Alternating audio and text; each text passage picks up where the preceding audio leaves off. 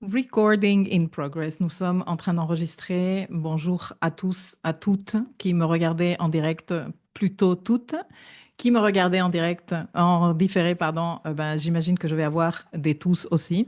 Je suis vraiment contente de vous accueillir aujourd'hui pour cette session questions-réponses sur le transit de Jupiter en Cancer. Je vous ai demandé ces derniers jours de m'envoyer vos questions par email et j'ai intégré tout ce que vous m'avez envoyé, sauf les trucs de vraiment dernière minute. J'ai eu une question très bonne de dernière minute que je n'ai pas pu intégrer à mes slides. Et là, dans le groupe, on vient de faire une autre question que je ne pourrais pas non plus lui dédier une diapo, mais si on a le temps à la fin, je veux bien y répondre. Donc, j'ai plusieurs questions qui m'ont très interpellée, comme par exemple, et j'ai fait une petite sélection, ou disons que j'ai choisi des questions qui venaient résonner avec d'autres, parce que si je copiais et collais exactement toutes les questions qu'on m'a posées, j'aurais beaucoup de slides.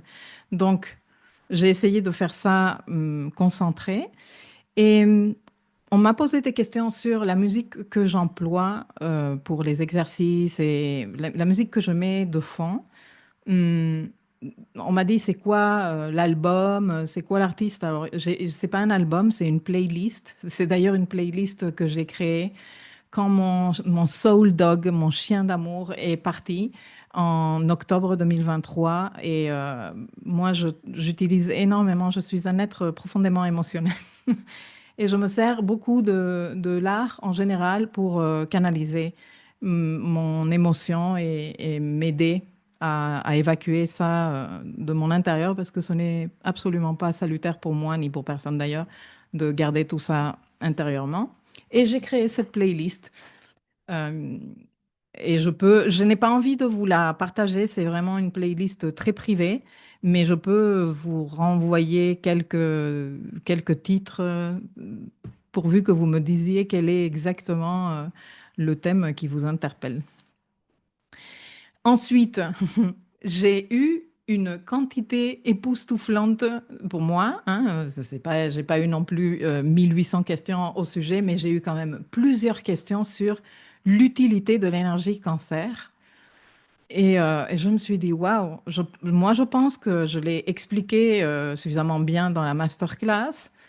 Bon, c'est sûr que celui qui veut approfondir, il y a énormément de contenu dans la plateforme, dans le programme Architecte de ma vie. Il y a dans le dossier Les signes astrologiques, j'ai dédicacé ou dédié, pardon, plusieurs leçons à l'énergie cancer. Pas tant depuis la perspective astrologique pour retomber dans tous les clichés de toute la vie, hein, parce que bon, la description est la description, mais en explorant hum, des notions cancer pour vous aider un peu à comprendre ce que ça veut dire. Mais il est super important que tout le monde comprenne que cancer représente le premier contact avec l'émotion. C'est la source de l'émotion. Et que celui qui ne comprend pas ça, ou celle qui ne comprend pas ça, a un vrai travail à faire parce que de là, ou sur ça, disons sur ces fondations-là, ou sur ces racines-là, s'élève toute notre expérience et notre compréhension spirituelle. Si on veut connecter sainement, salutairement, avec l'énergie scorpion qui va venir nous demander de vivre des crises profondes et de faire des transformations et même des transmutations, et que nous, on n'a pas une base cancer et on n'a pas un lien avec l'énergie, l'archétype cancer, les crises de type scorpion peuvent être affolantes et ultra traumatisantes, tu vois. Et de Scorpion, on saute au troisième et dernier signe d'eau, qui est l'expérience spirituelle ultime je veux dire, dans le parcours évolutif que représente le zodiaque, qui est Poisson. Et pareil, si on n'a pas une base émotionnelle solide, claire, on a vécu les expériences Scorpion de façon très traumatisante et donc elles nous font très très peur. Ou alors on les a enfouies, on les réprime, on ne veut rien savoir d'elles. Et en Poisson, on est mais complètement perdu. On n'est pas dans la connexion au tout, on n'est pas dans... On peut être dans une démarche de type spirituel, mais plus d'ego, tu vois. Et je dis d'ego pas pour critiquer l'ego, et ben non, mais parce que si on n'a pas mis l'émotion, si on n'est pas en train de vivre émotionnellement le processus, on est en train de le vivre de façon détachée, donc, non, comme scindé, comme séparé, hein, c'est ça ce que je veux dire. Et donc, quand on est séparé de notre émotion, il n'y a plus que notre personnalité, notre ego qui reste, tu vois. Donc, s'il n'y a pas une claire compréhension de quelle est mon assise émotionnelle, quelle est ma relation à l'émotion, comment je vis mes processus émotionnels, qu'est-ce qui éveille mon émotion, qu'est-ce qui me nourrit affectivement, émotionnellement, eh bien, tous les autres processus qui sont, si tu veux, évolutifs ou d'élévation de cette énergie, pas parce que l'énergie cancer, elle est c'est de basse fréquence vibratoire, hein, non, mais on fait des level up. À chaque signe d'eau, on fait un level up. L'énergie cancer est une énergie je te dis, de connexion à soi-même émotionnelle, d'expérience émotionnelle, de ressenti pour la première fois dans le zodiaque, après Bélier, après Taureau, après Gémeaux, où on a eu accès aux différents éléments. Cancer est la première expérience de type eau. Non? Donc là, c'est là qu'on apprend, qu'on ressent des choses, que les choses nous touchent, qu'il y a des émotions, la colère, la tristesse, la joie, etc., etc. Et là, non, définitivement et sans la moindre doute, on vit des choses que l'on interprète incorrectement parce que, bon, il y a l'enfant lunaire. Et, et l'enfant lunaire, tant qu'on ne l'a pas conscientisé, et qu'on ne l'a pas quelque part travaillé, accueilli, embrassé et qu'on ne s'est pas responsabilisé de lui, eh bien, on est en train de voir la vie avec un filtre très biaisé et j'ai presque envie de dire très sale, comme si c'était des lunettes sales. On n'est pas en train de voir vraiment la réalité. On est en train de voir une réalité avec le filtre de la peur, de la carence, de l'instabilité et de l'immaturité de notre enfant lunaire, non? Donc bon, il y a tout ça qui joue, mais c'est vrai que une fois qu'on arrive à comprendre, qu'on sort de ces clichés, de qu'il y a des énergies, des émotions négatives et des émotions positives, et qu'il faut favoriser les émotions positives et qu'il faut bannir les émotions négatives, ça c'est un mensonge et franchement, il faut vraiment avoir des couilles pour se planter devant un micro et dire ça et être tranquille dans la vie. C'est faux, c'est mensonger, ça porte à confusion, ça encourage les personnes à exclure des émotions alors que toutes les émotions sont fondamentales, qu'elles font partie de ce tissu ultra complexe et délicieusement riche qu'est notre tissu émotionnel et qui est fondamental pour nous permettre de connecter avec les expériences plus difficiles ou plus complexes de type émotionnel et spirituel par la suite, tu vois. Et tout ça se joue en cancer. Donc, moi, j'aurais des recommandations comme si tu as du mal avec l'énergie cancer, eh bien, commence à explorer ton monde émotionnel. Tu peux explorer ton monde émotionnel de multiples façons. Moi, je t'encouragerais à le faire principalement à travers l'art. L'art est une voie excellente de connecter avec l'émotion parce que l'art est canalisation de la divinité sur Terre.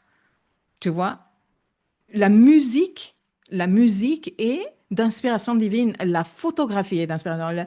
La sculpture, la peinture est d'inspiration divine. Les artistes sont des personnes qui sont très fortement connectées avec euh, le divin, les dimensions supérieures, comme tu veux le dire toi, quel que soit le terme que tu utilises. Et du coup, l'art a cette, cette faculté de nous toucher dans nos émotions. Bien sûr, le vrai art, hein, pas l'indécence de certaines expressions qui se disent artistiques qui sont du foutage de gueule complet, hein. Mais bon, là, je ne vais pas entrer dans ça parce que sinon, je ne m'en sors pas aujourd'hui.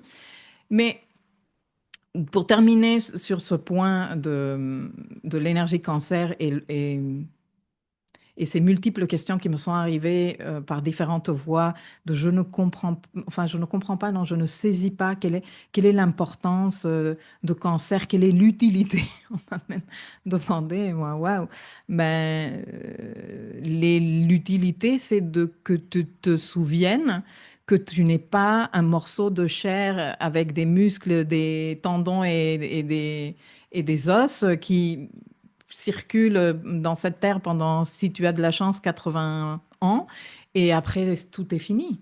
Que tu te souviennes que tu viens d'autre chose, que tu appartiens à autre chose. Et si tu ne fais pas contact avec l'émotion cancer, avec la base, la source de l'émotion, ça va être très difficile que, comme je te disais, la suite évolutive, tu la fasses de manière qualitative. Et c'est pour ça qu'on trouve beaucoup de personnes qui sont dans des situations de type scorpion, donc par exemple tout ce qui est en lien avec la psychologie, la psychothérapie, la psychanalyse, qui sont dans une froideur et dans un manque d'empathie psychopathologique presque, j'ai envie de dire. Non, parce que ces personnes manquent de cancer. Elles ont oublié, enfin, ou elles ont zappé de faire le travail de consolidation et de lien avec l'énergie cancer qui est tellement fondamentale. Ou alors des situations de type poisson, hein, j'essaie de vous l'expliquer de façon métaphorique, mais reliée au code, qui sont des situations de méditation, de connexion, vraiment de spiritualité, de connexion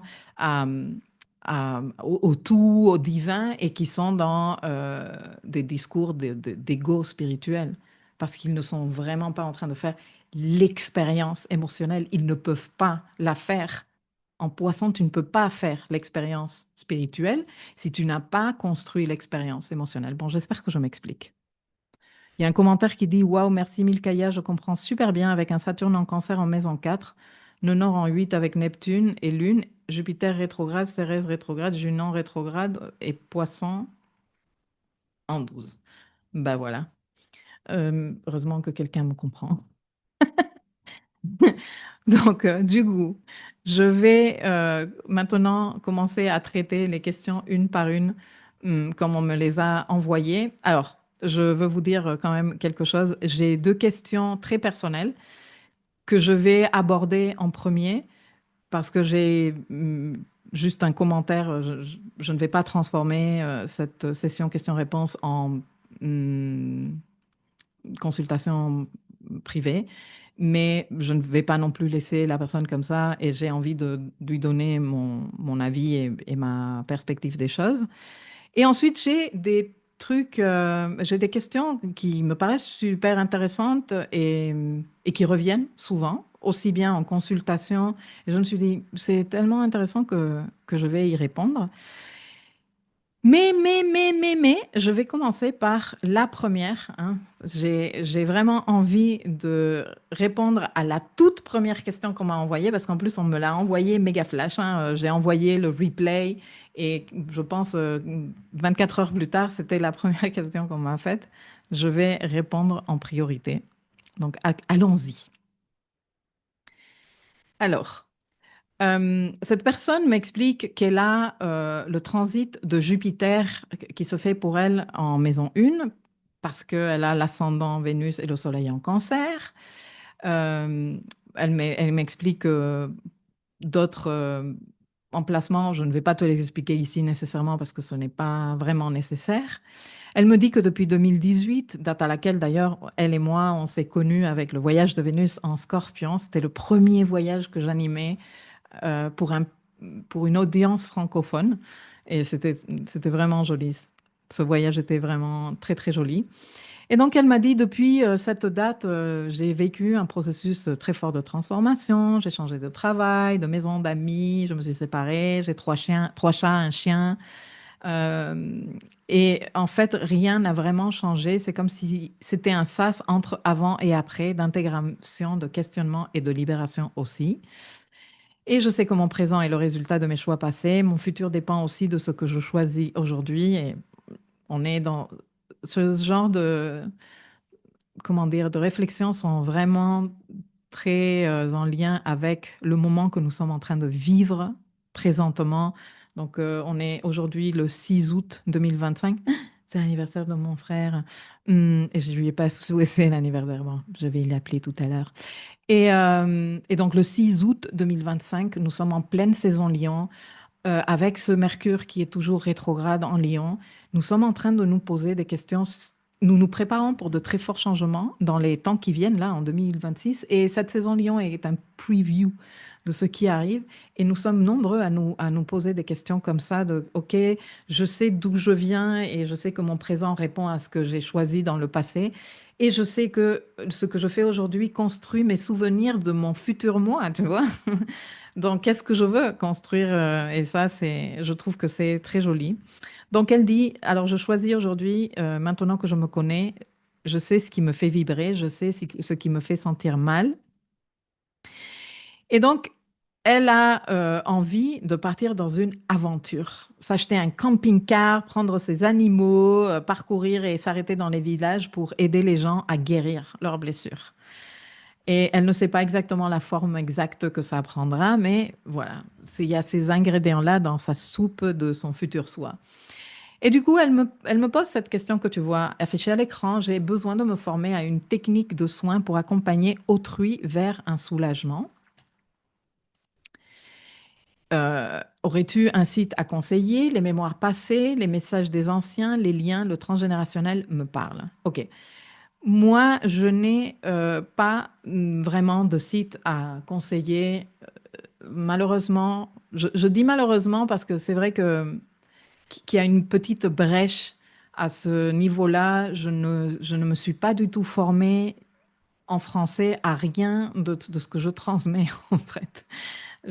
Ni les constellations familiales, ni l'astrologie, ni l'astrogénéalogie, ni euh, tous mes processus thérapeutiques, ou enfin, la plupart de mes processus thérapeutiques, toute ma formation en pédagogie et la psychologie de l'enfant, les processus créatifs dans l'être humain, tout ça, c'est pas du tout en français, donc je manque d'informations sur ce qu'il y a là-bas disponible, je ne sais pas, je ne sais pas vraiment.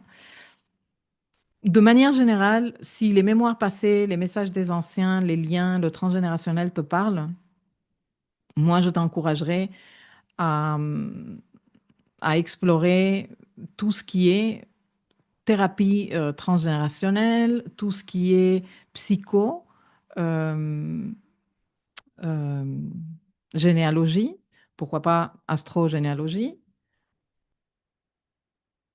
les constellations familiales. Les constellations familiales me paraissent super intéressantes. Par contre, elles me paraissent, moi, et avec tout le respect que j'ai pour mes professeurs d'astrologie, dont Brigitte Champetier de Ribes, ça ne me paraît pas une thérapie qui se vaille à elle toute seule pour faire vraiment des transformations consolidées et définitives.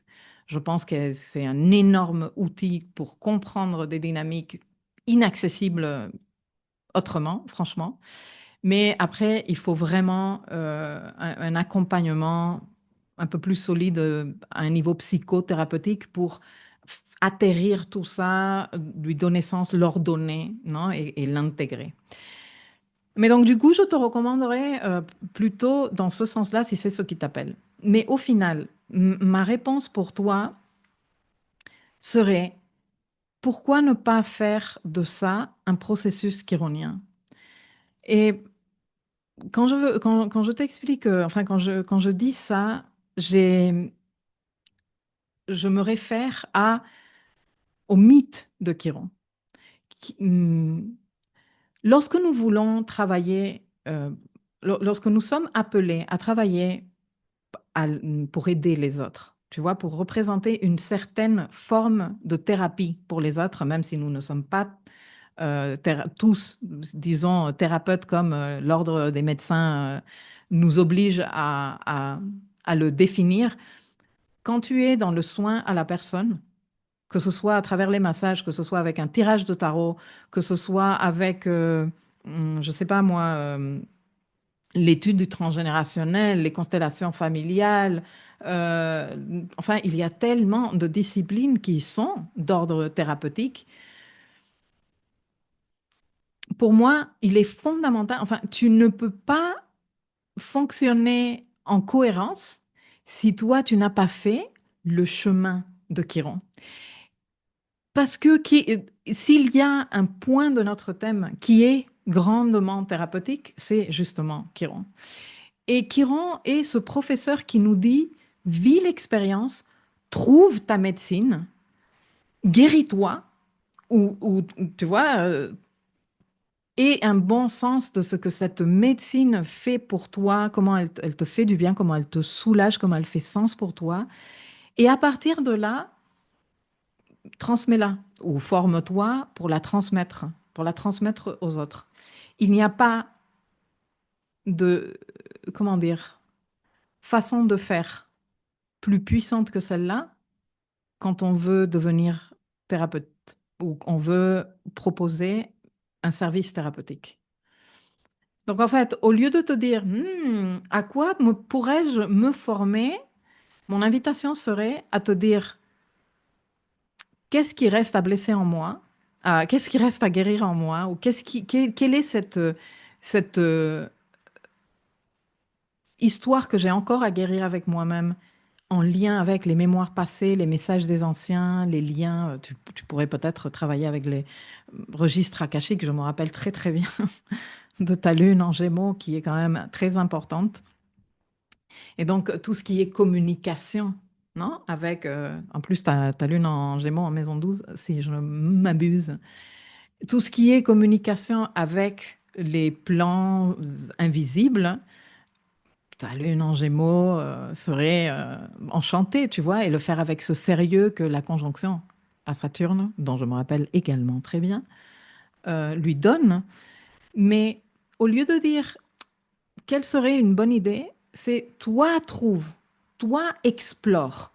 Toi, dis-toi, OK, quelles sont ces thérapies des mémoires passées, de communication avec les anciens ou communication avec les plans subtils, de guérison du transgénérationnel. Et je vais trouver mon appel là. Teste pour te souvenir de qui tu es. Et c'est là que tu vas trouver ta médecine. Et quand tu trouves ta médecine, tu ne peux pas être plus légitime pour la transmettre. Tu vois ce que je veux te dire? Alors que quand on fait la démarche à l'envers, comme c'est le cas de nombreuses personnes qui sont formées même à la psychothérapie, et tu te dis, mais oh my God, qu'est-ce que tu fais dans ce métier? Non, va faire autre chose ou fais le boulot avant. Ça se voit que tu n'as pas fait le boulot avant, tu vois? On donne un truc vide aux autres hein, et on ne comprend pas pourquoi ça ne sert pas et pourquoi nous, on ne trouve pas notre compte. Mais quand nous, on a trouvé notre passion, notre vocation, notre appel, que nous, on a trouvé notre médecine, on ne peut que la mettre au service des autres. C'est pour ça que je te dis, deviens le mythe de Chiron. Je te le dis à toi et je le dis à toute personne qui sont en train de m'écouter en ce moment. Si toi aussi tu as une question par rapport à ça, deviens le mythe de Chiron. Fais comme Chiron, qui est parti dans le monde entier pour essayer de trouver une solution à son problème. Après, sa quête, elle était très égotique, hein, parce que lui, ce qu'il voulait, c'est que le truc, il disparaisse. Et il a terminé par développer la sagesse qu'on ne peut que embrasser, nos blessures qu'on ne peut que embrasser, tout ce qui nous concerne, nous et nos circonstances, comme dirait un écrivain espagnol que j'adore. Et c'est que là qu'on atteint un autre niveau et c'est là qu'on est prêt, comme Chiron, à transmettre et à aider les autres à guérir aussi. Bon, j'espère, je sais que tu es présente aujourd'hui parmi nous, donc dis-moi si cette réponse te satisfait. Ok, je vais passer à la deuxième, à ces deux questions que je vous disais qui étaient un peu plutôt très personnelles. Et si vraiment, je ne sais pas si tu es parmi nous aujourd'hui, mais si tu nous regardes dans le replay, si vraiment ceci est important pour toi, hum, peut-être que tu voudrais qu'on l'aborde en consultation ou l'aborder avec un autre, un astrologue de ton choix, hein. Ce n'est pas obligatoire de passer par moi. Mais donc, tu me partages que, pareil, tu écoutais la masterclass et il y avait deux points qui faisaient écho à la carte natale de l'homme que tu aimes, qui est né le 7 juillet 1999. Et le premier point concerne la conjonction Vénus-Jupiter-Sirius du 12 août, donc dans quelques jours, qui tombe pile sur son soleil, qui est bien sûr en cancer à 14 degrés. Et tu me dis, je m'étais dit en regardant la vidéo que cela pourrait peut-être correspondre à une ouverture de fenêtre et il s'avère que samedi soir, il m'a recontacté après des mois de silence radio. Alors, j'ai plusieurs choses à dire. La première, c'est que je ne souhaite nullement encourager le fait que les transits font que des choses se passent ou qu'un transit est là pour te donner espoir ou quoi. Sans vouloir te juger, moi, je me poserai la question de pourquoi tu es avec une personne ou pourquoi tu aimes quelqu'un de si fort et pourquoi tu l'attends si c'est quelqu'un qui passe des mois de silence radio. Hein, moi, là, en tant que coach, je ne peux éviter de te dire ça. De dire, et toi, et l'amour de toi, et le respect de toi, non? Et combien de fois va-t-il faire ça? Et combien de temps vas-tu être comme en attente qu'il y ait une conjonction, je ne sais quoi, ou une configuration astrale, ou un message de l'univers qui te donne espoir? Je pense que toi, tu mérites d'être aimé, d'être désiré. Tu ne mérites pas qu'on te fasse des mois de silence radio, ni toi, ni personne. Et donc, s'il y a quelqu'un qui fait ça, je ne suis pas en train de te dire que tu peux décider d'arrêter de l'aimer, mais peut-être tu veux décider d'arrêter de donner de ton énergie à cette situation qui, de toute évidence, ne te valorise pas. Tu sais. Mais bon, après, un événement rare comme celui-ci sur le soleil natal peut agir comme un réactivateur. Parce que bon, ça se passe sur son soleil natal, tu vois. Et le soleil en cancer est censé, ce n'est pas toujours le cas, hein, mais le soleil en cancer est censé avoir une connexion spéciale avec son monde émotionnel et venir créer des liens très, très forts, très solides et très loyaux aussi, très fidèles avec ces personnes qu'il aime. Donc peut-être que ce transit crée comme une espèce de reconnexion ou de rappel ou de réactivation de ce qui est important à un niveau affectif et relationnel, parce que bon, il y a Vénus quand même dans la combine, hum, mais aussi à un niveau spirituel et évolutif. Après, le transit peut activer certains potentiels, mais ce que la personne fera avec ça, c'est une autre histoire. Donc, si cette personne n'a pas de quoi faire tenir derrière à un niveau émotionnel cette relation avec toi, ben, il peut redisparaître et silence radio à nouveau pendant plusieurs mois. Et c'est pour ça que moi, je ose te poser la question, est-ce que cette dynamique te convient vraiment? Est-ce que cette dynamique te valorise? Est-ce que cet investissement de temps et d'énergie, hein, parce que même quand tu n'es pas en train de voir la personne pendant des mois parce qu'elle ne te contacte même pas, toi, tu es branché à cette personne énergétiquement. Du coup, tu lui donnes de tes ressources. Tu nourris ce lien qui ne renvoie rien en retour. Et moi, je pense que ça crée énormément de déséquilibre relationnel. Donc bon, pour terminer de répondre à la première question, il n'y a pas de conjonction aussi magnifique et rare soit-elle qui garantisse une action concrète, et mais surtout une pérennisation ou une durabilité de quoi que ce soit. Après, un soleil en cancer concerné par une triple conjonction comme celle qu'on va avoir dans 6 jours est carrément réceptif à quelque chose de significatif à ce moment-là. Mais est-ce que ça va faire pchit? Et après, ça, je ne sais pas.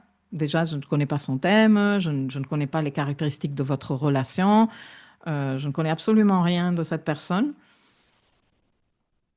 Mais voilà, c'est ce que je peux te proposer comme lecture rapide. Et du coup, ta deuxième question concerne la future révolution solaire du 7 juillet 2028, parce que j'avais évoqué cette conjonction Saturne et Chiron en taureau, qui me font un peu peur, je dois l'admettre. Tu me dis, tu me donnes quelques éléments. Je sais bien que cette conjonction n'arrivera que dans 3 ans et qu'il peut se passer mille et une choses d'ici là, mais j'ai trouvé cela bizarre que sa date émerge. Et je m'interrogeais plus globalement en me demandant ce que cela signifie quand de tels événements cosmiques arrivent au moment d'une révolution solaire dans la vie d'un être humain. Alors, c'est sûr que cette conjonction, elle porte un poids, hein, mais ce n'est pas nécessairement une menace. Saturne matérialise, ça c'est sûr. Saturne, c'est toujours le côté concret et matériel des choses. Ça peut être aussi des retours de bâton du karma. Je ne veux pas non plus vous le déguiser parce qu'à un moment donné, il faut pouvoir parler de certains sujets comme des adultes. Et quand on parle de karma, il faut savoir que tout ce qui a été fait est là. On ne peut pas effacer des trucs. Et que tout ce qui a été fait et tout ce qui a été acté a aussi des conséquences pour le bon et comme pour le moins bon. Et il faut savoir aussi assumer.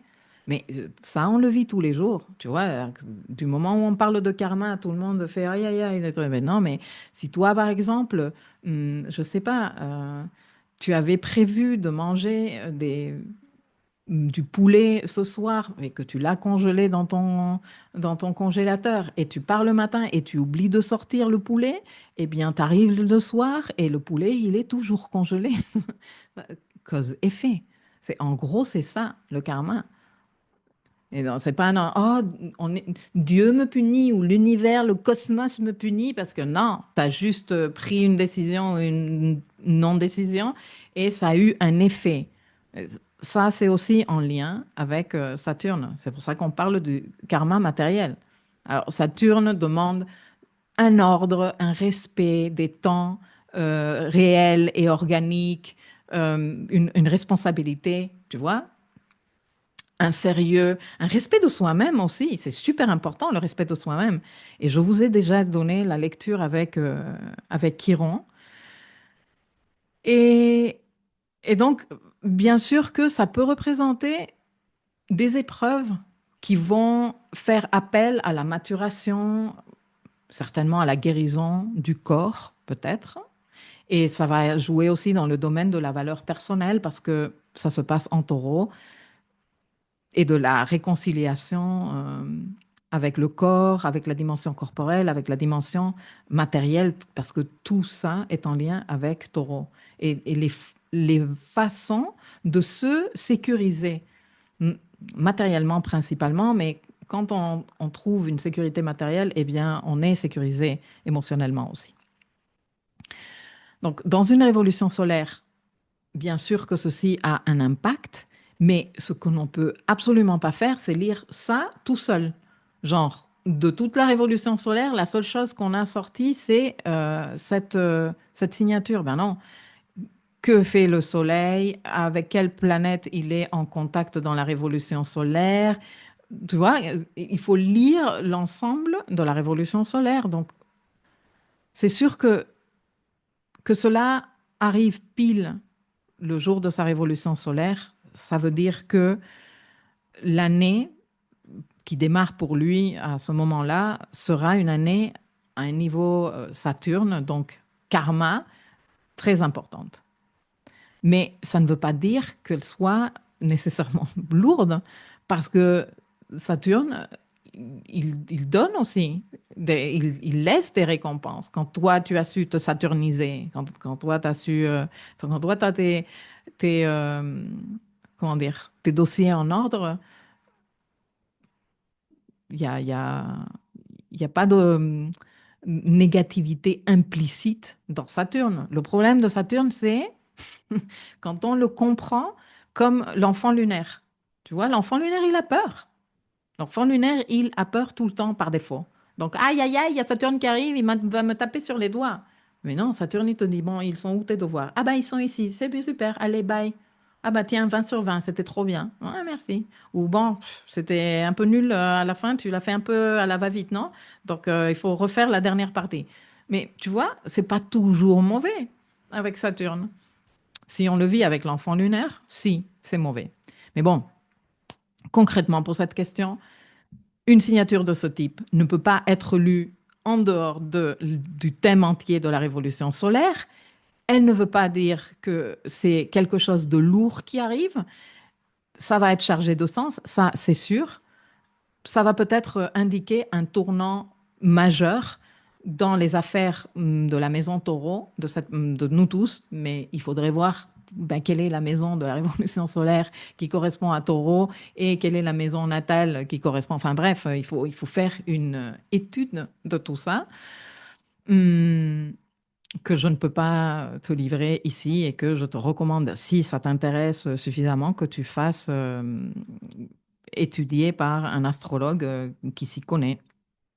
Mais c'est sûr que cette année 2028 sera pour cette personne qui va fêter sa révolution solaire pile au moment où se fait la conjonction, ça va être une année qui porte l'empreinte de cette vibration. On va être en train de travailler. Autant le reste de nous auront à travailler les thématiques Saturne-Chiron dans la maison Chiron, dans la maison Taureau de notre thème.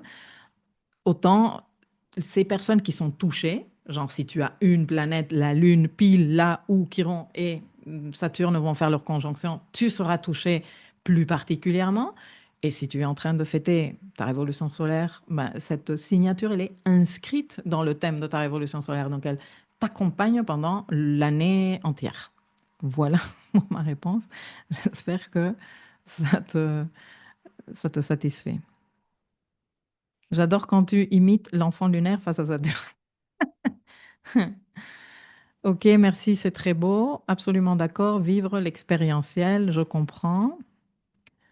Punaise, c'est exactement ma démarche en processus chironien depuis 10 ans et je continue et je compte utiliser toute cette expérience et les outils qui m'ont servi sur ce chemin pour pouvoir ensuite accompagner les autres. Merveilleux. Parce que là, il n'y a pas de fais comme je dis, pas comme je fais, qui me paraît une insulte à toute personne qui soit dans une démarche authentique, honnête et sérieuse d'accompagnement thérapeutique des autres. Tu vois, genre, c'est quoi ça? Fais comme je fais, pas comme je dis. Non, mais toi, règle ce que tu fais, trouve ta médecine et ensuite viens me dire. Mais c'est pas parce que tu as lu 4 livres ou parce que tu as fait une formation de 4 mois que maintenant il faut absolument que. Après, les gens me disent, ouais, mais c'est que je me sens pas légitime. Mais tu m'étonnes que tu te sens pas légitime. Tu peux pas te sentir légitime si tu n'as pas fait le boulot.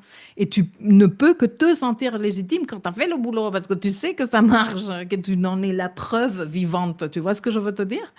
Donc, voilà. Bon, je saute un peu du coq à l'âne, hum, mais c'est bon. Donc, du coup, je clôture ici ma réponse à ces 2 questions-là. Nous avançons. Alors, donc on revient à cette question pour laquelle j'ai essayé d'y répondre un tout petit peu, mais celle-là, je l'ai retenue parce qu'il y a la mention d'une Nord, non? Comment mieux comprendre l'énergie du cancer. Pardon, moi je dis pas du cancer, mais bon, enfin, j'ai gardé les phrases telles que vous me les avez envoyées. Comment mieux comprendre l'énergie du cancer quand on a du mal à s'y identifier, même avec un nœud nord dans ce signe? Ok, je te réfère, parce que c'est quand même en lien avec ce que j'ai dit dans l'introduction, l'énergie cancer est une énergie, rien ne nous est donné. Nous, on a cette mauvaise habitude qui fait partie d'une certaine immaturité. Mais on pense que non, mais donne, donne, donne. Non, mais toi, cherche, cherche, cherche aussi. Fais un truc, rapproche-toi. Alors, ouais, mais au final, je m'en fous de l'astrologie. Ok, ben ne sois pas ici. Tu as le droit que l'astrologie, mais tu t'en recontrefous. Et qu'est-ce que tu fais alors ici? Mais si tu es dans une démarche de vraiment te servir de l'astrologie comme outil de découverte de toi, de connaissance de toi et de conscience de toi, eh bien, mets aussi un tout petit peu du tien et n'espère pas que les choses te soient données, je ne sais pas pour quelle raison. Donc, si tu as du mal avec l'énergie cancer, c'est qu'il y a quelque chose. Si moi je te parle de compassion, si je te parle d'empathie, si je te parle d'expérience émotionnelle, si je te parle d'affect, si je te parle de cocon, si je te parle de tous ces codes de nostalgie, de nourrissant, de nourricier, et toi, ça ne te fait rien du tout, commence à te relier à ta dimension émotionnelle. Commence à faire un travail d'exploration à ta dimension émotionnelle. Ensuite, même avec un nœud nord dans ce signe, c'est pour ça que j'ai gardé cette question.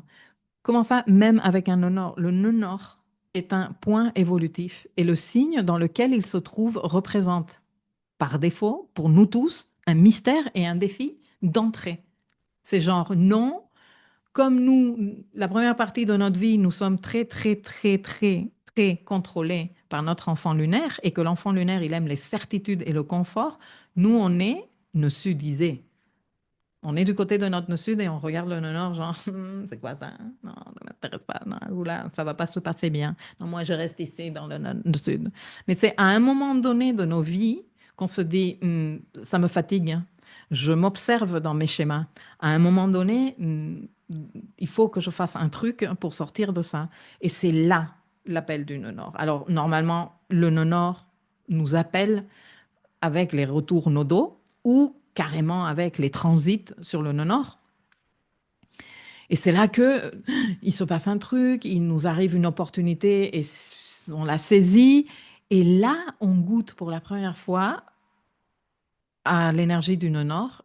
Et l'énergie du nœud nord, elle nous apporte aussi de grandes satisfactions qui peuvent être source d'urgence et même d'obsession, hein. Avec le nœud nord, on peut devenir totalement vorace. D'ailleurs, j'avais fait des leçons il y a quelques mois de ça sur la mythologie de l'axe nodal et je vous explique le dragon et le nœud nord représente la tête du dragon, avec la bouche qui mange, mange, mange, mange, mange, mange, mange, mange sans fin. Et ça, c'est aussi une expression du nœud nord, non? Donc, au final, l'axe nodal est un équilibre et il faut savoir trouver le juste milieu entre cet endroit d'où nous venons et cet héritage karmique que nous amenons, le lien que nous avons avec ce périmètre de confort et ce point évolutif qui au final va nous permettre de donner davantage de valeur à notre nœud sud, à ce que représente notre nœud sud, de valeur et d'utilité aussi dans nos vies. Mais normalement, avec un nœud nord, si on ne l'a pas exploré, on est là, genre, à moins qu'il y ait d'autres planètes en conjonction avec le nœud nord, ok? Mais regarde, si tu as cette combinaison de déjà cancer, je ne sais pas de quoi tu me parles, et nœud nord, c'est quoi ce mystère? Non, moi je suis mieux du côté Capricorne, je contrôle tout, la matière, l'effort, voici ma méthodologie, petit 1, petit 2, petit 3, et c'est comme ça que j'ai toujours fonctionné, c'est moi le chef, et ta gueule. Alors, tu vois, bah, Cancer et le Nord restent territoire inconnu. Non, il faut aller l'explorer, ce territoire, hein. Et c'est là que tu vas goûter à ces bontés du Nord qui sont très agréables. Bon, je vais voir si, je ne sais pas si les personnes, elles sont ici avec moi quand je réponds à ces questions. Je continue avec la suivante question. Celle-ci, elle est géniale. Cancer est mon signe solaire, mais je ne me sens pas du tout hypersensible, maternelle ou nostalgique. Parlons de clichés. Est-ce que je me trompe quelque part? Non, tu ne te trompes absolument pas. Et il y a des situations à considérer quand on étudie un signe. Et d'ailleurs, dans le guide que je suis en train de terminer de mettre en place sur Jupiter en cancer, sur ce transit, j'aborde cette thématique de l'énergie cancer, comment elle s'exprime aussi bien dans les 12 maisons du thème que à travers les différentes planètes de naissance. Si tu as le nœud sud en cancer, si tu as Jupiter en cancer, si tu as Vénus en cancer, la Lune, le Soleil, toutes les planètes, même Chiron et Lilith, j'ai abordé en cancer. Mais il y a un point fondamental sur le signe cancer, c'est que il est sous la maîtrise de la Lune. Et si toi, tu es un signe, si toi, tu es soleil en cancer, mais que tu as ta lune en bélier, c'est sûr que l'hypersensibilité, le côté hyper maternel et nostalgique tel quel il est convenu socialement, tu vas pas te retrouver parce que toi, tu as une lune guerrière. Toi, tu as une lune de bouge-toi les fesses. La vie est difficile. On aime un défi. Ça nous fait du bien d'ailleurs. La lune en bélier, elle kiffe ça. Elle kiffe aller se battre. Elle kiffe. C'est la lune la plus solidaire avec celles et ceux qu'elle aime quand on est dans la merde. Toi, la meilleure amie à tes côtés quand tu as un problème, c'est ton ami Lune en Bélier qui va te dire, je vais les défoncer pour toi, je vais être à tes côtés pendant que tu te bats, je ne te lâcherai pas. Tu vois? Donc, en plus, si tu as cancer, le soleil en cancer et la lune en bélier, quelque part, il y a une configuration de carré entre ces deux planètes et donc une difficulté à réconcilier, à se retrouver et une tendance à se polariser d'un côté ou de l'autre. De là, moi, je suis. Et une incohérence aussi, tu peux sentir une incohérence, de dire, mais comment, oui, je suis, enfin, quand même, ça me touche et tout, mais les gens trop mous m'énervent. Tu m'étonnes, parce que tu as la lune en bélier. Bon, tout ça, moi, je te l'explique dans le guide. Je fais le tour de l'expression de l'archétype cancer en fonction de la lune natale. Cancer, si tu as la lune en bélier. Cancer, si tu as la lune en taureau. Cancer, si tu as la lune en gémeaux. Et ainsi de suite. Ok, je continue. Je regarde quand même s'il y a des remarques. Non.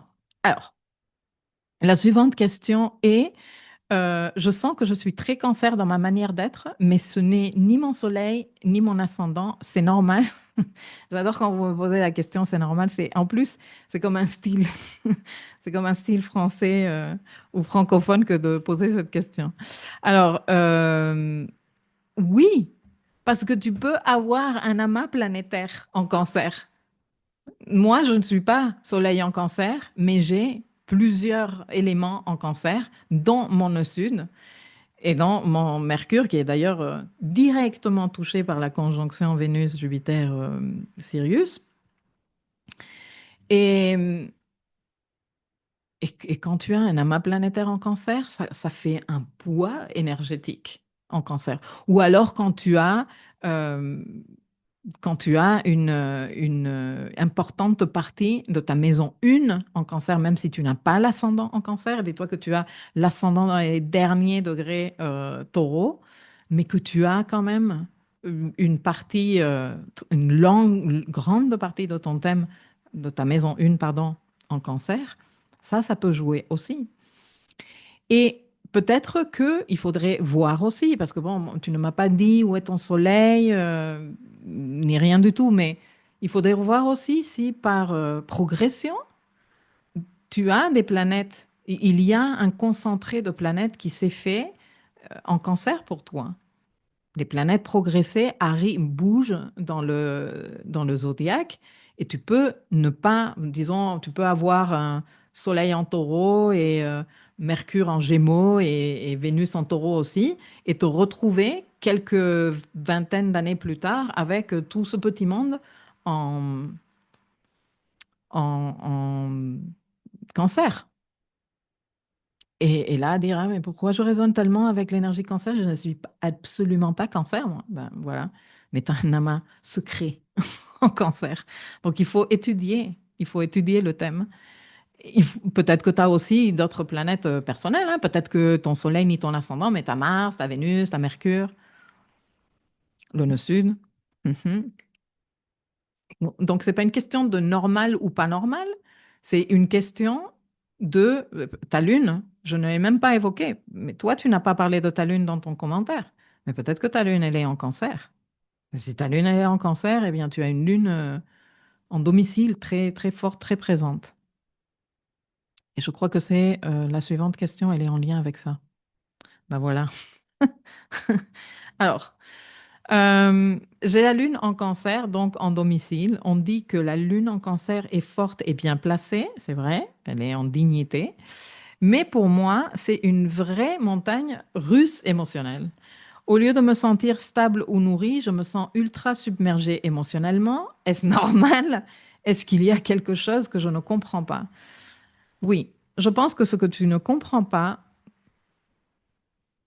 c'est que les codes, comme on te les décrit dans la théorie astrologique, ne viennent pas par défaut.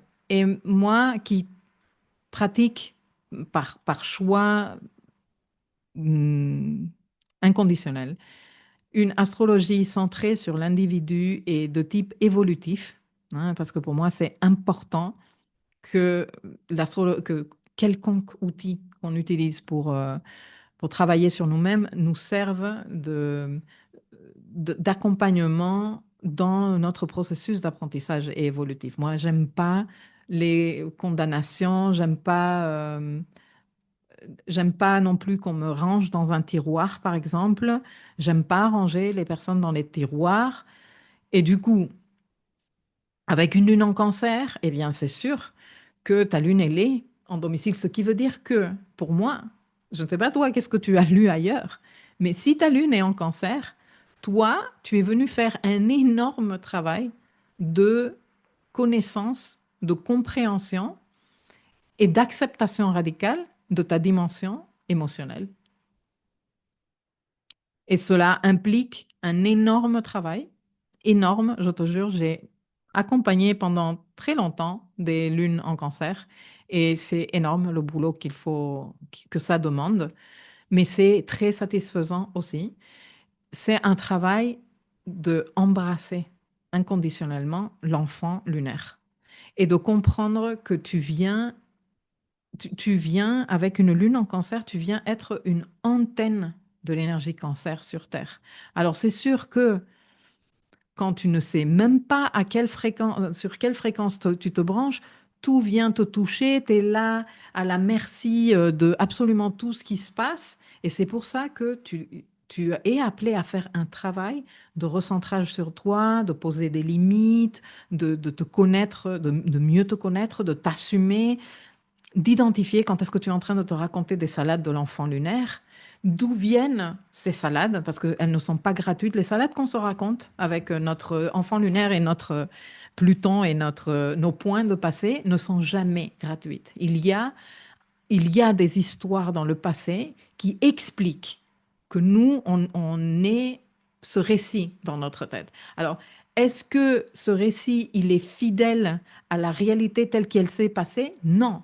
Ce récit est fidèle à notre perspective et comment nous l'avons vécu en tant que la personne que nous étions à ce moment-là dans le passé. Donc, tu vois, c'est assez complexe. Mais si tu as la lune en cancer, tout ce travail de dépouillage, de compréhension, de resignification du passé, de libération aussi de ton lien avec le passé, pas pour que tu l'oublies, parce que personne avec la lune en cancer, ni des points de passé en cancer, nous n'allons jamais dire ah, fuck le passé, ça ne sert à rien. Non, et heureusement, parce que nous sommes quelque part gardiens du passé. Je m'inclus parce que j'ai quand même Mercure et mon nœud sud en cancer. Donc, nous sommes gardiens des mémoires du passé et c'est très bien. Mais toi, en tant que lune, disons que tu es comme une éponge, comme ça, hypersensible à tout, et tu dois apprendre à mettre de l'ordre dans tout ça. Il y a un travail énorme à faire avec Saturne, avec tout ce qui est l'éducation émotionnelle, le respect de toi, poser des limites, comprendre quelles sont les mémoires qui sont en train d'agir dans le background dans ta vie à un niveau émotionnel, resignifier tout ça, te libérer de ces histoires pour avoir un lien avec le passé sain et apaisé. Et donc que tu ne sois pas en train de vivre des montagnes russes émotionnelles. Au contraire, que tu sois dans la richesse émotionnelle qui est l'expression la plus lumineuse d'une lune en cancer. La lune en cancer est venue nourrir tout le monde entier de sa richesse émotionnelle. T'imagines?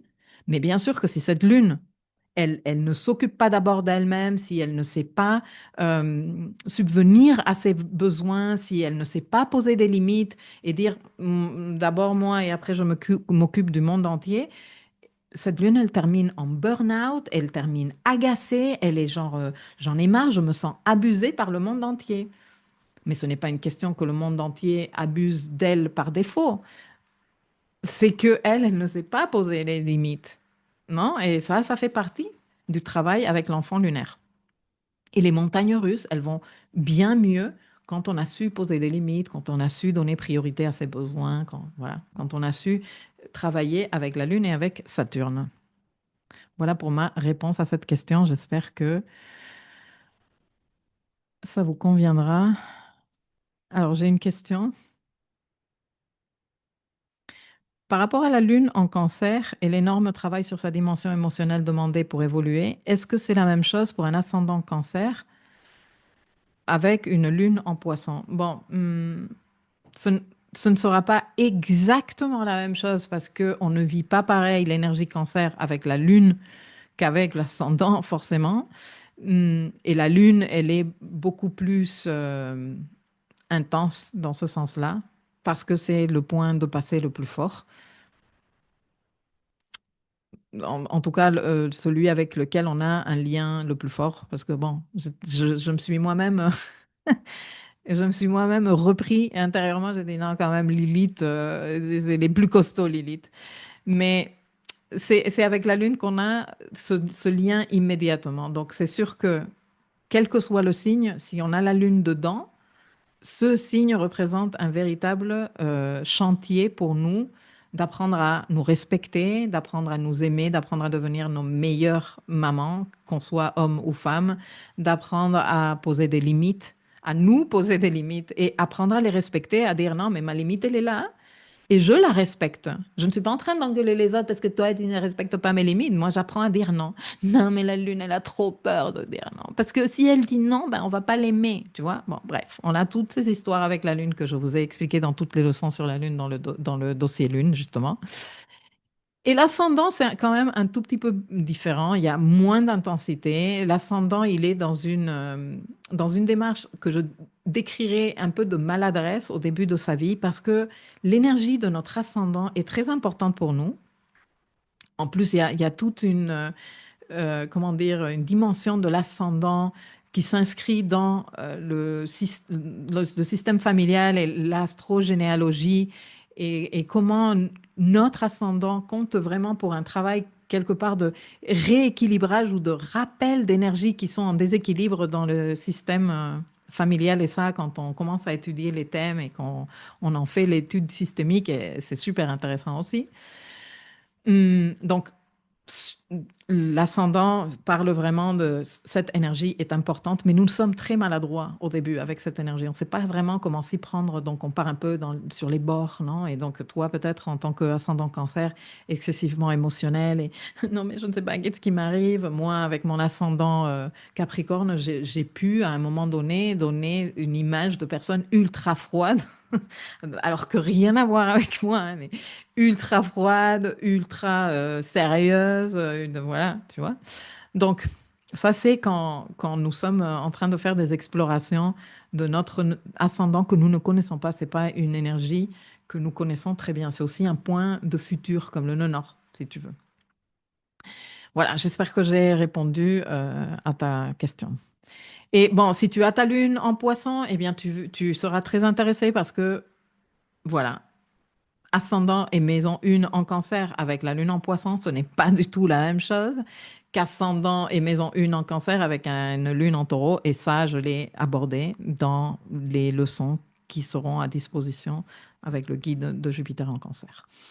Euh, mais c'est sûr que bon, le fait que la lune soit en poisson, on parle ici d'une très forte intensité émotionnelle, ce qui a certainement mis beaucoup d'accent dans le ressenti personnel de cet ascendant cancer. Euh, ok, un autre commentaire, c'est boulot énorme, dit une lune en cancer, qui fait vite du bien, qui demande de l'endurance et surtout de la douceur, un mot auquel j'étais allergique et que je cultive comme une encre sacrée, lune en cancer, ancienne abonnée VIP aux montagnes russes émotionnelles qui sont aujourd'hui bien moins intenses. Ben voilà, rien ne vaut un commentaire d'une vraie personne. Voilà, ça c'est une vraie expérience kironienne. Elle a fait le boulot, c'est elle qui l'a vécu à la première personne et c'est elle qui s'est rendue compte que ce que je dis ici, ben, ce n'est pas du pépin, du pipeau, pardon. J'ai un Saturne en cancer en 4 et ma lune en poisson en 12 et c'est chaud émotionnellement. Bah oui, parce que avec Saturne, et ça c'est quelque chose que j'évoque aussi dans le guide, Saturne en cancer et en maison 4, Saturne est un point de difficulté. Saturne, il vient, il vient nous dire tous, maintenant tu vas en chier. Ici, dans les affaires de cette maison, tu vas en chier. Non? Voilà, ça va être difficile, et en plus, ça va être important pour toi de le faire bien, et tu vas t'en prendre plein la gueule, parce que je ne te laisserai pas passer une seule connerie. Ici, exigence maximale dans la maison et dans le signe où se trouve Saturne dans le thème. Mais on n'est pas condamné à le vivre mal. Si moi je te dis que j'ai Saturne en Gémeaux, en maison 5, donc la maison de la créativité, la maison des processus créatifs, la maison des projets, bah, tu me dis non, mais c'est pas vrai, je te connais, tu es hyper prolifique, tu fais des trucs ultra chouettes, moi ça m'intéresse énormément, c'est pas possible que tu aies Saturne. Si, si, j'ai Saturne là. Et comme toi, il m'a dit, bah, tu vas en chier. Allez. Donc, beaucoup de temps que je passe à préparer mes leçons, que je le fais avec énormément de conscience, de responsabilité, que je n'aime pas dire des conneries au micro, que tu vois, que pour moi, ce que je dis, j'ai mots, ça a un poids et ça a une responsabilité. Et rien ne sert de lutter contre ce Saturne et plutôt ce qui m'a servi moi, hein, si ça peut te servir ici vite fait, euh, c'est je vais devoir faire avec ça. Je vais devoir faire. Parce qu'au final, le but de l'emplacement natal de Saturne est qu'on arrive à la fin de notre incarnation et on ait notre diplôme avec honneur. Non? Donc, waouh, voilà, tu t'es diplômé dans les affaires de cette maison et dans le style du signe qui colore cette maison et donc où se trouve ton Saturne natal. Bravo à toi. Et toi, t'es là, oh putain, c'était difficile, hein? Mais bon, heureusement. Mais tu peux aussi toute la vie vouloir contourner Saturne et dire, oh putain, c'est trop difficile, j'en ai marre, mais pourquoi pour les autres? Moi, je vois les autres, ils disent, ah ouais, ben, je vais faire une leçon et je la ponds en 3 minutes. Et moi, non, moi, j'ai besoin de plusieurs jours. Et pourquoi c'est pas juste? Non. Ça ne sert à rien. Ça ne sert à rien. Plutôt, ça te sert à te rendre la vie super difficile et douloureuse. Donc, embrasser ce Saturne et dire, j'ai un truc tellement important à faire avec l'énergie cancer dans les affaires de ma maison 4 que j'ai Saturne là, qui dit ici, c'est qu'on n'a pas le droit à l'erreur. Enfin, si, on a le droit à l'erreur en tant que processus d'apprentissage, mais ne me dis pas que c'est bon, tu l'as fait à l'arrache et tu t'es barré. Reviens, refais. Non, et la lune en poisson qui dit oh, mais c'est que c'est trop dur, hein. Parce que la lune en poisson, C'est trop dur pour elle, la réalité de Saturne. C'est comme ça. La mienne aussi, elle râle, hein. La mienne, elle n'est pas en poisson, mais elle est en balance. Et toutes les lunes, elles disent, il est trop dur. La dure, on n'en aime pas Saturne, on n'aime pas Saturne. Les lunes, elles n'aiment pas Saturne, mais elles ont besoin de Saturne, tu vois? C'est comme un enfant qui est là en train de s'éclater, en train de faire des bêtises et tout. Quand on lui dit, t'arrêtes, et tu sors de là et t'arrêtes de manger des bonbons à longueur de journée, il ne nous aime pas, il nous boude. Mais nous, on sait que c'est la meilleure chose qu'on puisse faire pour cet enfant. Mais là, on est dans une relation Saturne-Lune, tu vois? Notre lune, c'est l'enfant qui veut bouffer à longueur de journée des bonbons et des frites. Et nous, c'est Saturne qui lui disons, non, mais tu vas où? Enfin, non, non. Je m'inquiète pour ta nutrition. Arrête, tu vas manger tes légumes maintenant. Tu vas arrêter de jouer toute la journée. Tu vas arrêter de manger des bonbons. Voilà.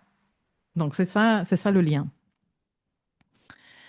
Je trouve qu'avec Saturne, c'est l'enfant lunaire qui en chie surtout. Après, le côté désagréable de Saturne devient promesse de libération. C'est clair. C'est absolument ça. Bon, je pense que j'ai fait le tour de cette question.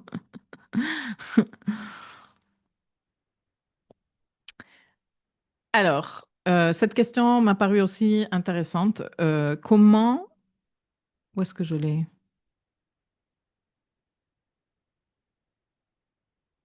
Comment savoir si la conjonction Jupiter-Vénus est active dans mon thème?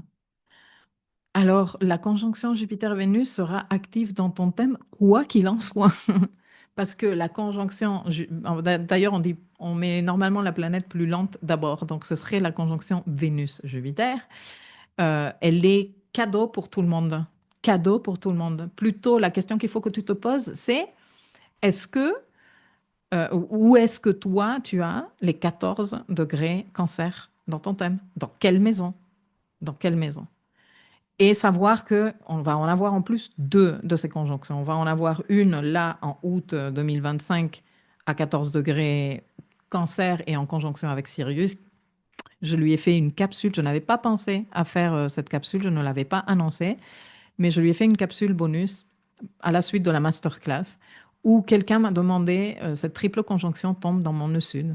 Et waouh, j'ai dit, quel appel à se souvenir de qui on est avec cette conjonction conjointe au nœud sud. Laisse tomber. C'est genre, réveille-toi et prends la voie que tu es venu. Souviens-toi, s'il te plaît, souviens-toi et participe sans plus tarder. Non, en plus, je connais un peu l'histoire de cette personne et ce qu'elle fait comme métier. C'est waouh. S'il te plaît, suis l'appel. Mais donc, nous sommes tous concernés par cette conjonction. Elle est pour tous. Et nous allons en avoir une deuxième à la fin du signe, je pense à 28 degrés, je ne me souviens pas, mais c'est dans le guide, euh, l'année prochaine. Ce qui est rare, hein, nous n'avons pas toujours deux conjonctions Vénus-Jupiter dans un même signe. Et donc, je lui ai fait une capsule bonus, justement, pour l'aborder un peu plus en profondeur. Donc, plutôt, dans quelle maison se trouvent ces degrés, ces 14 degrés cancer? Ça, c'est la question que tu devrais te poser. Et elle est là pour toi. Elle est là pour activer très joliment les affaires de cette maison.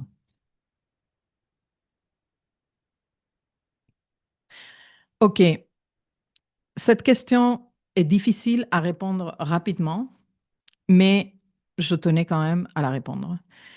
J'ai Lilith en cancer et je ne sais pas comment l'interpréter. Tu m'étonnes.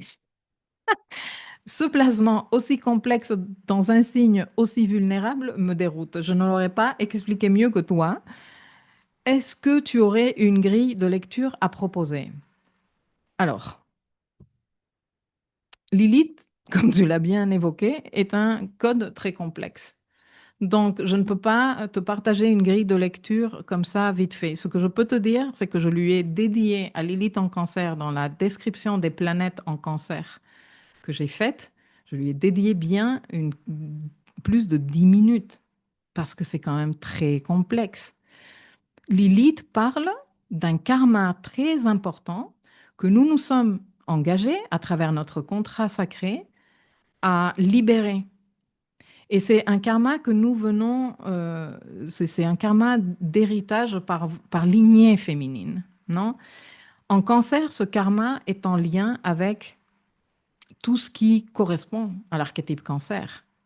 Et si on parle de destin dans la famille, de secrets dans la famille, tu vois, de situations dans la famille qui n'ont pas été résolues, on peut parler de conflits avec la maternité, par exemple. Ça peut être des enfants qui sont nés morts. Donc on a il y a des histoires dans la famille où on a eu des grossesses dangereuses, voire des morts de maman, parce que grossesse extra-utérine ou une grossesse qui a mal abouti ou un accouchement qui s'est mal passé. On a des secrets en lien avec tout ça.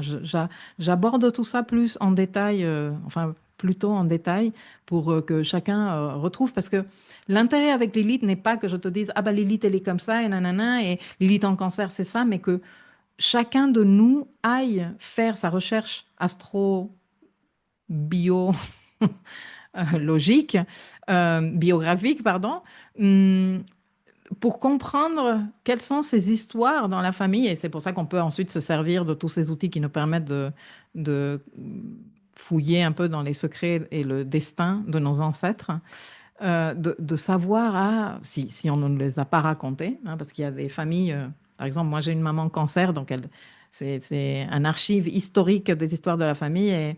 Et en ce moment, en plus, depuis un an plus ou moins, on a un projet super sympa où elle me raconte des épisodes de la famille en audio. Elle me fait des podcasts de 40 minutes et moi, je les range. Je ne sais pas exactement qu'est-ce que je vais faire avec ça, mais je construis l'histoire de la famille à travers ces récits et c'est génial. Donc bon, si tu as une maman, une mamie, des tatis cancer ou qui aiment raconter ces histoires, mais si c'est un secret vraiment profondément enfoui, et quand on parle de Lilith, c'est des secrets très douloureux, eh bien, il faut quand même fouiller un tout petit peu.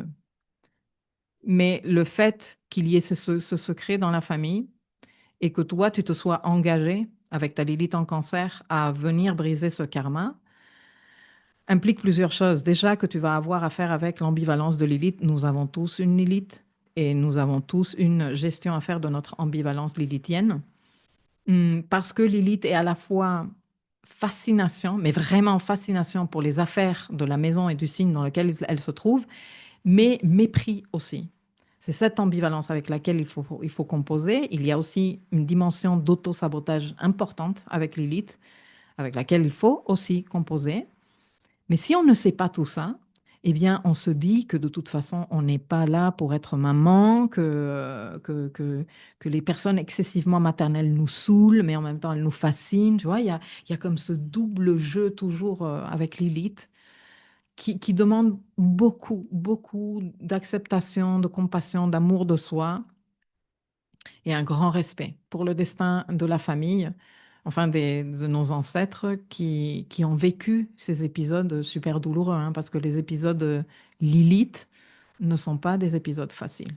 Quelle que soit la Lilith qu'on soit en train d'explorer, hein, quand on explore par exemple Lilith en Verseau et qu'on on connaît ces histoires de personnes qui ont été exclues, qui ont été marginalisées, ou quand on étudie les destins des ancêtres de Lilith en Capricorne, des personnes qui ont eu des vies ultra dures enfin, moi, ça me met la, tu vois, ça me donne des frissons comme ça à chaque fois que je travaille avec Lilith parce que c'est comme si j'arrivais à communiquer avec le système et j'ai ces messages et ces images du système qui me parle ou qui me donne des informations et c'est douloureux. Et donc, imagine le courage que chacun de nous avec sa Lilith avons parce que quelque part, c'est un peu aussi défier ce qui s'est passé dans le système familial. Quand toi, tu dis non, mais ce karma, il faut que ça s'arrête ici. Non, il faut un peu ce culot. Et avoir ce culot aussi représente se mettre dans le risque d'être rejeté par la famille. Et avec nos codes lunaires, et Lilith est code lunaire, hein, tout comme le nœud sud, et le nord d'ailleurs, nous ne voulons pas être exclus, nous voulons appartenir. Et avec Lilith, le lien à l'appartenance, il est aussi ambivalent. Enfin, c'est quand même un code très complexe, comme je te l'ai dit. Moi, je t'invite à consulter le guide quand il sera mis à disposition et te servir de l'information que je donne sur l'élite en cancer pour aller faire tes explorations biographiques, enfin de la biographie de ton système familial. Bon, je ne sais pas si j'ai des questions. On arrive, je pense, à la fin. Merci pour la capsule sur Sirius. J'ai Sirius pile sur mon ascendant natal et la conjonction Vénus-Jupiter-Sirius sera conjointe à mon AC et elle tombera du côté de ma maison 1. Elle est conjointe à mon descendant de révolution solaire, donc je suis très intriguée. Ben ouais, tu m'étonnes. Lilith en Verseau, je me sens exclue et la vie me fait expérimenter de toujours être en marge. Fascinant, oui. Travailler avec Lilith, c'est fascinant. C'est fascinant. Ok, nous poursuivons. Je pense que j'arrive bientôt à la fin. Donc, cette dernière question, comment je peux savoir ce que ce transit de Jupiter en cancer va activer chez moi? Eh bien, tu t'intéresses, déjà, tu comprends ce que Jupiter veut dire, ce que cancer veut dire, mais ça, je te l'ai expliqué dans la masterclass. Et ensuite, tu t'intéresses à la maison, aux affaires de ta maison. Si tu as des planètes, lesquelles, dans quel degré? Est-ce qu'elles vont être concernées une ou plusieurs fois par le passage de Jupiter? Je vous ai donné aussi dans la masterclass quelles vont être les différentes comment dire, balises de la rétrogradation de Jupiter, les dates aussi. C'est quelque chose que vous trouvez dans le guide, dans le workbook qui fera partie du guide. Et après, tu écoutes mes leçons, parce que les leçons, je les ai faites justement pour que vous ayez le plus d'informations possible. Et avec le guide, enfin, ce guide que je vous propose, qui d'ailleurs, j'ai dû le revoir, hein, je profite pour vous en parler, parce que j'ai appris récemment, et c'est quelqu'un qui m'a dit avec toute sa bonne foi et toute sa naïveté, moi j'étais un peu choquée. C'est une personne qui avait acheté le guide que j'avais fait sur Saturne en Poisson et que j'avais présenté dans une, j'allais exactement, j'étais partie pour faire exactement la même chose avec Jupiter en Cancer. Je l'avais présenté sur une structure Notion, sur une page Notion. Et donc, cette personne, elle me dit, ouais, mais c'était génial ton truc Saturne en Poisson, mais je kiffe et tout. Et je l'ai fait, je l'ai distribué à toutes mes amies. Et moi, comment ça, tu l'as distribué à toutes tes amies?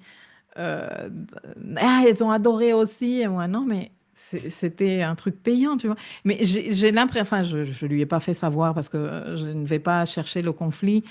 En plus que c'était vraiment zéro méchant de sa part quand elle me l'a dit. Mais je me suis dit, non, mais c'est sûr que si je le rends, si je le mets sur Notion, tout le contenu, toutes les vidéos, tous les audios sont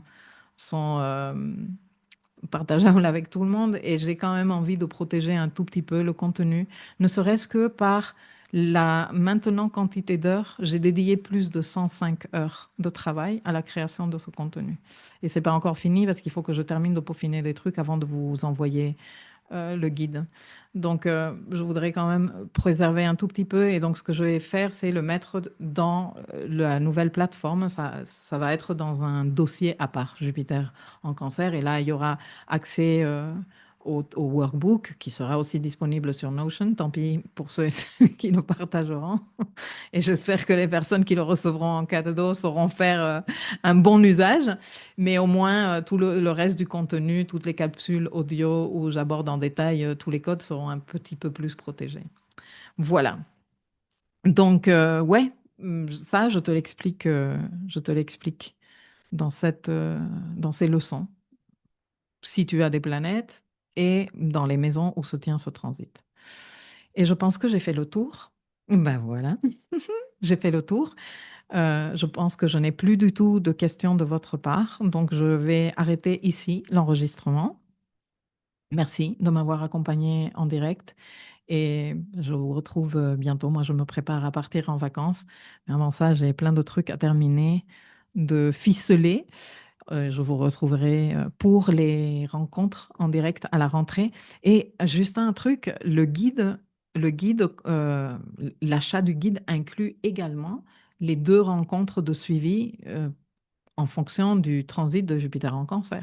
Donc, quand Jupiter sera stationnaire pré-rétrograde, donc avant de partir en rétrogradation, nous nous réunirons pour faire un peu le point. Qu'est-ce que vous avez appris dans les leçons du guide? Comment ça fait sens pour vous? Nanana, et quelle va être vos stratégies de Jupiter rétrograde? Et à la sortie de sa rétrogradation, quand il sera stationnaire post-rétrograde, quelles ont été les différentes expériences? Comment vous avez vécu ça? Nanana, et nous préparer pour la suite et clôturer en beauté et recevoir les cadeaux de Jupiter. Voilà, voilà. J'arrête ici l'enregistrement. Je vous fais un gros bisou à tous ceux qui m'accompagnaient en direct et à ceux qui me regardaient en différé. Et je vous retrouve vite.